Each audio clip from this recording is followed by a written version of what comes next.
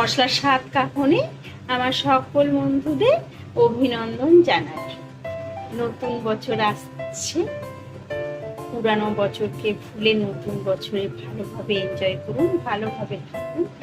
আজকে আমি একদম শীতকালের সবজি দিয়ে ঘরোয়াভাবে একটা রেসিপি তৈরি করব। এটা ভাতের সাথে পরিবেশন করতে পারেন। আমরা তো বাঙালিদের খুব প্রিয় হচ্ছে ফুলকপি, শিম দিয়ে আলু দিয়ে একটা মাছ দিয়ে একটা রস তরকারি করবো। দেখুন কেটে নিয়েছি শিম, ফুলকপি, আলু আর মাছটা আমি ভেজে নিয়েছি। কড়াই তেল দিয়েছি।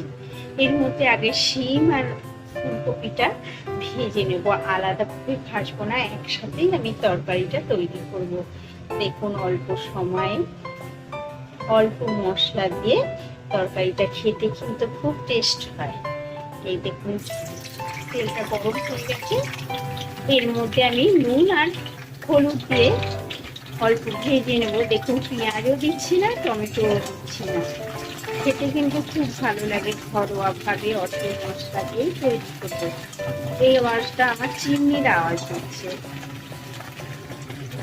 হলুদ দিচ্ছি। হলুদ আর নুন দিলে কি হয়, ভাজাটা খুব ভালো হয়, তাড়াতাড়ি সিদ্ধও হয়ে যায়।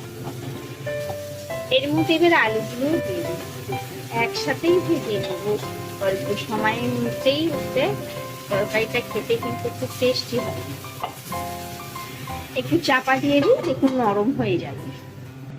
একটা বাটির মধ্যে দেখুন হলুদ গুঁড়ো, লঙ্কার গুঁড়ো আর একটু ধনে জিরে গুঁড়ো, এটা আমি মিক্সিতে ধনে গুঁড়োটা একটু রোদে দিয়ে গুঁড়িয়ে নিই। বাড়িতেই মশলাটা তৈরি করে নিয়েছি।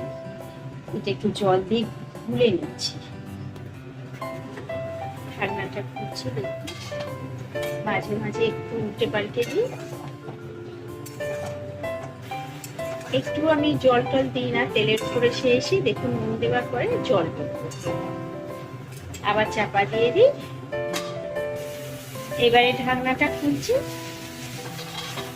বেশি ভাজার দরকার নেই, শীতের সবজি অল্প ভাজলেই হয়ে যায়। এই গুলে রাখা মশলাটা আমি দিয়ে দিচ্ছি।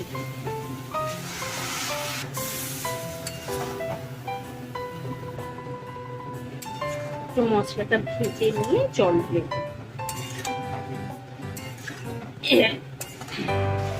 বাটিটা ধুয়ে অল্প জল দিই, পরিমাণ মতো জল দিই। ফুটে উঠলে নুন দেব। এই আওয়াজটা আমার চিমনির আওয়াজ হচ্ছে। রান্নাঘরে হচ্ছে ধোঁয়া গ্যাসের জন্য চিমনি আওয়াজটা এটা এইভাবেই হয়, চিমনি বলবেন না। ফুটে উঠছে। এবারে স্বাদ অনুযায়ী নুন দেবো। আগে অল্প নুন দিয়েছিলাম, নুন দিয়ে এবারে আমি চাপা দিয়ে দেবো, একটু সিদ্ধ হোক, তারপরে মাছগুলো দেবো। এবার এই ঢাকনাটা খুলি, দেখুন কত সুন্দর লাগছে। অল্প জল আছে এর মধ্যে, আলুটা সিদ্ধ হয়ে গেছে। এবারে মাছগুলো দিয়ে দেব। সবকটা মাছ আমি দিয়ে দিয়েছি। একটু মাছটা ভিতরে দিয়ে আলুটা উপর দিকে তুলে দিই, তাহলে এর ভিতরে নুন ঝাল ঢুকবে। এবারে একটু চাপা দিয়ে দিই, মাছটা সিদ্ধ হবে। এবারে ঢাকনাটা খুলি, মাছটা সিদ্ধ হয়ে গেছে। একটু ভিতর দিকে ঢুকিয়ে দিই।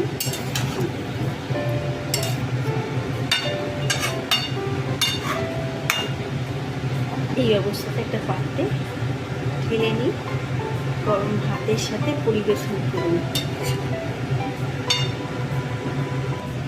একটা পাত্রে ঢেলে নিয়েছি, দেখুন অল্প মশলায় ঘরোয়াভাবে অল্প তেলে এইভাবে আমি শীতকালে সবজি দিয়ে কাটাপোনা মাছ দিয়ে ঝাল করেছি।